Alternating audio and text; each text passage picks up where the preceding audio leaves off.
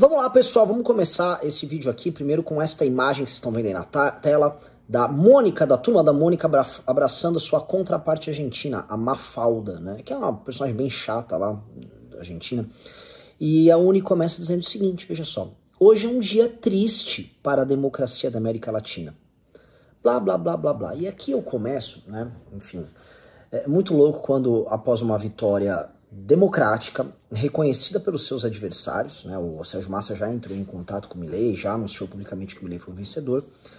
Um grupo de esquerda aqui no Brasil, ele já começa lamentando, né, este dia triste para a democracia, como se, vamos dizer, o resultado de eleições democráticas, reconhecidas pelos adversários, fosse algo a se, vamos dizer, lamentar em termos democráticos, né? A gente vai comentar sobre a eleição do Milei e vamos comentar aqui também sobre a reação da esquerda e impactos disso no Brasil. Então, roda a vinheta. E me he comunicado com Javier Milei para felicitarlo e para desearle suerte porque es el presidente que la mayoría de los argentinos eligió para los próximos 4 años.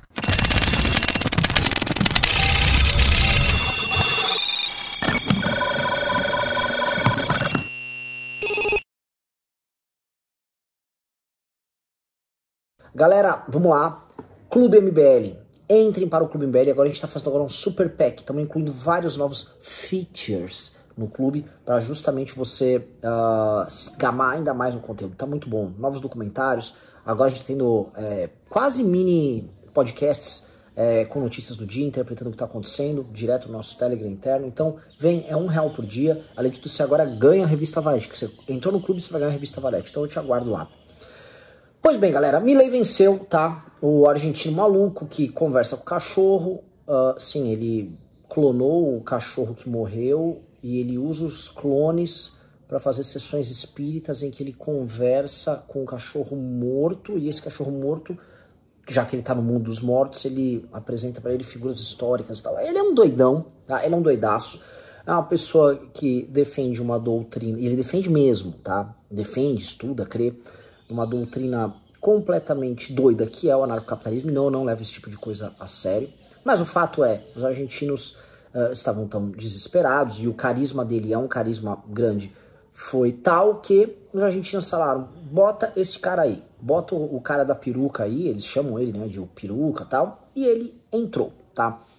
A Argentina, a gente precisa entender que ela tem, diferente do Brasil, uma visão da sua própria história nostálgica e um tanto quanto triste, tá? Você pode pegar até pelo tango, você pode pegar pelos heróis deles, o Maradona é o maior exemplo, mas Evita Perón é outro, são sempre heróis trágicos, tá? A Argentina tem um aspecto trágico e dramático que é central neles. E uma parte importante desse aspecto é a ideia de que eles já foram algo e não são mais. Portanto, é como se eles tivessem caído do paraíso, tá? O final do século XIX e o começo do século XX foram sensacionais para a Argentina. Eles foram um dos países com o maior PIB do mundo, com maior renda per capita do mundo. Buenos Aires era uma espécie de Paris na América Latina. Era tão superior que fazia sombra para o Brasil. Eles, na verdade, ignoravam o Brasil. E boa parte desse ranço que o brasileiro tem contra os argentinos vem de um período em que o Brasil era muito menor em termos econômicos, culturais que a Argentina. Tá? O Brasil era um país-eco agrário pobre, vizinho de um país sério. E acontece que esse país sério, que era a Argentina, ele, especialmente depois ali da Segunda Guerra Mundial, ele não soube lidar com a industrialização, aquele processo de sindicalização, aí é populista atrás de populista, ditadura atrás de ditadura, plano econômico falido atrás de plano econômico falido, e o fato é que a Argentina foi deixando de ser um país de primeiro mundo, foi se tornando um país de terceiro mundo, e isso foi se agravando com, agora, nesse novo século, com o ingresso deles nessa turma bolivariana, né, que são os kirchneristas, que fizeram um peronismo piorado, uma hipersindicalização, uma hiperburocratização do país. O país ficou muito pobre, é um país que mais de 40% das pessoas vivem na pobreza e 10% na indigência, tá? Isso são números assustadores, e, portanto, um país que precisava de uma mudança muito grande. O Milei é um caso fortuito porque, enfim, ele era um cara que trabalhava no sistema financeiro, trabalhava no HSBC, defende ideias anarcocapitalistas, já escreveu sobre, tá? É um cara controverso, dado o estilão e tal, mas foi ganhando a graça da galera como um, vamos dizer, um avatar de revolta. Não é um avatar de revolta, ele é um símbolo de revolta. Ele começou a expressar a revolta dos argentinos contra aquilo. Como a Argentina não passou por algo que aconteceu no Brasil, que aconteceu nos Estados Unidos, que aconteceu na Europa, que foi esse fenômeno do surgimento da direita, isso não aconteceu em 17, 18, 19, 20 na Argentina. Tá? A Argentina ela ficou presa em categorias de debate público anteriores. Isso tudo é muito novo. Então, o uso das redes sociais pelo Milei, o Milei é um cara que ganhou usando muito TikTok, é novo, e ao mesmo tempo o direitismo dos argentinos, né, faz eu me sentir como se eu estivesse aqui no Brasil em 2014, literalmente 2014, porque é aquele direitismo do tipo, ah, fulano é comunista, ah, se você privatizar tudo tá resolvido, não, basta colocar um cara brabo lá, que vai falar e não sei o quê. Eu falo, gente, a gente já ouviu essa história antes e isso não funcionou aqui. Política é uma coisa muito mais complexa, política é uma coisa difícil de lidar, não dá para transformar tudo em meme, né? O meme é um reducionismo e você não consegue reduzir a realidade igual você reduz um meme. Um meme é muito fácil de reduzir, porque você pega uma coisa complexa, pega certo significante dela e com esse significante você faz uma piada ou você simplifica um assunto. A realidade não. Em geral você pega uma coisa que você imagina que é simples e quando você mexe ele se torna mais complexo. Portanto, você não consegue reduzir ele. E quando você tenta reduzir, você piora o caso. Então, o caso do Brasil, e o próprio caso do Trump, que o Trump chegou lá e viu que ele não conseguia fazer o que ele se propunha, mostra, em certa medida, que esse populismo vai falhar no meio do caminho. E eu acho que é o que vai acontecer com o Milei. Tá? Eu sei que muitos de vocês devem estar empolgados com o Milei, mas vocês são pessoas, às vezes, que devotam muita esperança no novo. Eu já não tenho muita esperança. Por quem vai acompanhando política de mais perto vai vendo que assim, a sua esperança vai moderando, a sua esperança vai diminuindo e ela se altera para uma coisa diferente, que é um autopreparo e uma certa resignação com a incapacidade de mudar tudo muito rápido, mas com a energia, que é uma energia boa, de saber que o trabalho consistente e constante pode levar a grandes resultados sem você nem perceber.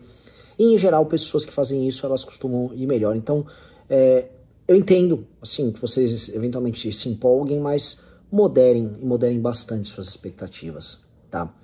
As comparações com o Bolsonaro são as mais diversas. A esquerda tá fazendo, falando que o Milei é um ultra-radical de direita, um conservador, blá, blá, blá, blá, mas não é o caso. O Milei, de fato, é um anarcocapitalista, tá? Ele, de fato, ele acredita naquelas coisas, de fato, ele lê, ele já escreveu a respeito, mesmo quando plagiou. Sim, o Milei, durante a pandemia, ele basicamente plagiou, assim, palavra a palavra, vírgula a vírgula, artigos de um sujeito aí, que inclusive eram artigos que estavam gratuitos, para fazer um livro dele, que é um livro pago, né? Mas isso não importa. Aqui eu estou fazendo minhas pequenas críticas ao Milei, no fim disso não importa. Importa que ele realmente acredita naquilo, e diferente do Bolsonaro, ele quer levar até o fim aquilo. O Milei é um cara meio doido, isso precisa ser dito, tá? Ele tem parafuso a menos, e o Bolsonaro não acha que ele é doido. O Bolsonaro é um cara, né, que no fundo quer proteger o filho, quer acumular o patrimônio dele e tal, é vaidosão.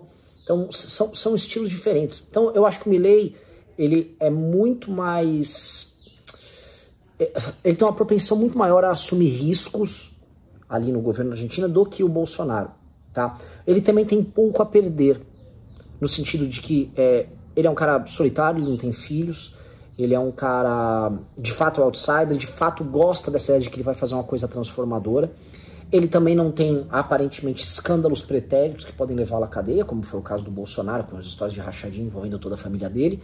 Então ele tem menos danos pretéritos e tem menos a perder. E acredita mais no que fala. Quando a gente junta essas três coisas, a gente pode crer, ok, esse cara vai atuar com muito mais ênfase do que foi o caso brasileiro. E disso vocês podem ter certeza. A questão é se ele vai conseguir. Conseguir, em termos políticos, é uma coisa difícil. No começo ele tá com um movimento político no sentido de as pessoas que votaram nele, é isso aí, vamos pra cima, liberdade, caralho, não sei o quê. E para governar ele vai ter que se aliar a um bloco, tá, de centro-direita, que é o da Bullrich, que no caso é o do Macri, que é como se fosse uma espécie de um PSDB um pouquinho mais à direita, mas um pouquinho mais à direita, né? Um grupo de centro-direita. Que são bastante establishment também, são parte do que o Milei gosta de chamar de la casta, né, o casta político, ou, vamos dizer, para as pessoas que fazem parte do universo político. Esses caras, eles têm, vamos dizer, mais deputados do que o Milei na Câmara, e juntos eles, o partido do Milei e eles conseguem ter maioria na Câmara, porque eles não têm maioria no Senado, Quer dizer, se tem, vai ser uma maioria pequena, porque o pessoal de esquerda é muito forte. Então, Milei, para governar, ele vai precisar ter como fiador o Macri. Então, em grande medida, para tocar qualquer coisa, o Milei vai precisar do Macri. Se o Milei não tiver o Macri junto, o Milei não governa, nem na Câmara, nem no Senado, e aí ele pode começar a fazer alguma loucura e tomar um impeachment. Então, o fiador e, vamos dizer, o dono do governo Milei, em certa medida, não é só o Milei, é o Macri. Obviamente que o Milei, ele sabe disso, e o Milei ele vai conduzir as coisas da seguinte maneira. Ele vai tentar ter para si a opinião pública, e ele faça com que a opinião pública pressione os parlamentares do Macri a fazerem as políticas dele. Algo que o Bolsonaro tinha tentado fazer com o Centrão, mas que tinha um problema específico ali. O eleitor do Centrão não é o eleitor do Bolsonaro. O eleitor do Centrão é o eleitor de máquina, que ele comprava. Então o cara do Centrão percebeu, eles podem me xingar o quanto quiser, pode falar o que for, eu não ligo. Se eu tiver minha emenda do orçamento secreto, eu toco as minhas coisas e dane-se. Então, olhando nessa lógica, tem algumas diferenças. O eleitor do parlamentar do Macri é um pouco mais sensível a uma pressão, pelo menos isso conversando com a galera na Argentina já deu para pegar. Mas ao mesmo tempo o Macri ele tem uma coesão maior para tocar as coisas e uma boa vontade também em querer tocar uma série de reformas que é boa para ele. Então, tendo a achar que se rolar, vamos dizer, uma boa química entre Macri e o Milei, é capaz do Milei sim conseguir fazer alguns avanços bastante interessantes, tá? Na agenda que ele pretende, né? Não avanços amalocados, mas algumas reformas econômicas, privatizações, alguns ajustes que, vamos dizer, desamarrem tanto o Estado argentino, tá? Só que aí, no momento, eles vão chegar num break. Qual o break? Agora a Argentina tem um Estado corporativo, tá? Um Estado sindicalizado, um Estado em que grupos de pressão tomaram ele de assalto, que é muito pior do que o brasileiro. No caso da Argentina é dramático, tá? A Argentina tem uma parte da população muito grande dentro do funcionalismo e essas pessoas querem viver esse capitalismo corporativo de qualquer maneira, até porque é um país sem perspectiva e quem está no serviço público pelo menos tem certeza que está recebendo. E esses caras são muito ligados ao peronismo, kirchnerismo, ao famoso, tem os jovens do La Câmpora, ou seja, a situação lá é dramática. Então acho que quando o Milei for mexer nisso, eu acho que ali começam os graves problemas. A gente está falando de greves, de manifestações, a gente está falando eventualmente de pressão tão grande sobre determinados agentes políticos que a esquerda pode obter maioria e o Milei não vai ter como agir. Pode ser que ele, nesses surtos doidos dele, ele entre em algum parafuso. Então ali a gente pode prever problemas grandes para o Milei. Mas se mesmo o Macri teve alguns poucos avanços no governo dele, tá? Não foi um governo bom, mas também não foi um governo horrível, é possível prever que o Milei terá algum governo, vamos dizer, algum avanço em seu governo. Desculpa, me coloquei de maneira errada. Então, nesse sentido, eu acho que o Milei pode ter alguns elementos bons num conjunto da obra que, dadas as características pessoais dele, pode dar caca e dar caca muito rápido, tá? O que eu acho, tudo vai depender muito da energia e da popularidade dele, mesclado com a temperança dos aliados dele, que são a Bullrich e o Macri. Se isso aí surgir, vamos dizer, um bom equilíbrio, pode ser que printe um governo ok, tá? Pode ser, sem exageros e tal, e o que já é um grande avanço para a Argentina, já seria sensacional para a Argentina, e o que vai criar, vamos dizer assim, problemaços para o Brasil, para a esquerda brasileira, porque a esquerda brasileira não vai poder pintar ele como o fascista que eles estão pintando.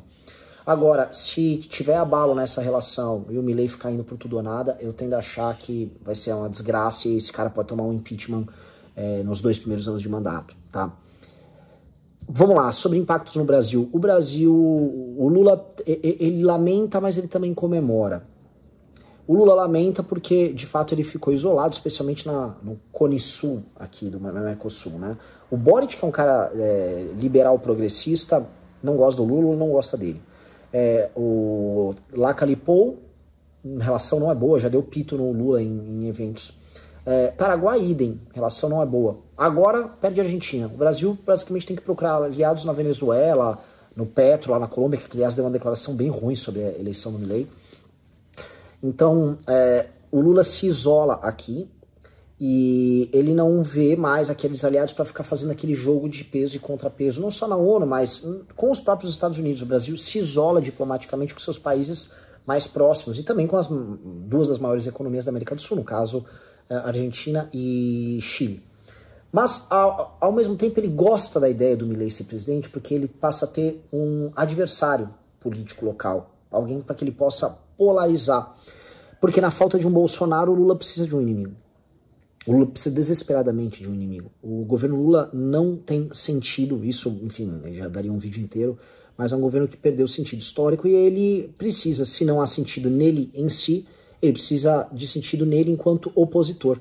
Então, pintar um novo Bolsonaro na Argentina e dizer que ele está combatendo o fascismo na Argentina, etc., cria, no mínimo, uma historinha para que ele possa perder tempo e entreter parte dos seus fãs, especialmente parte da sua militância, tá? Não é muita coisa, mas é alguma coisa para ele. Há também um problema, né, para ele, que é a ideia de que se o governo Milei for bom, ele pode gerar uma sombra sobre a esquerda e um ânimo para a direita. Aqui na América, especialmente no Brasil, mas na América Latina como um todo, o que pode ter reflexos eleitorais. E também, se o governo Milei for muito ruim, ele vai poder se valer disso para dizer, olha, o fascismo destruiu a Argentina, não podemos deixar isso acontecer no Brasil e blá, blá, blá. Tá? No fim, a democracia funcionou, foi o melhor dos nomes? De forma alguma. Novamente, eu volto a falar, o Milei é um doido, mas a situação estava uma desgraça tão grande lá que antes um doido do que o mesmo, né? A democracia tem dessas, igual as escolhas horríveis que nós tivemos que fazer aqui no Brasil. É Lula ou é Bolsonaro? Você ficar na mão de dois idiotas corruptos, né? Mas as pessoas votam, as pessoas tomam dessas decisões e a gente acaba ficando à mercê e temos que fazer o melhor, tirar o melhor disso em cenários que nunca são bons. Então é isso, galera. Espero que vocês tenham gostado. Beijo e abraço para todos vocês.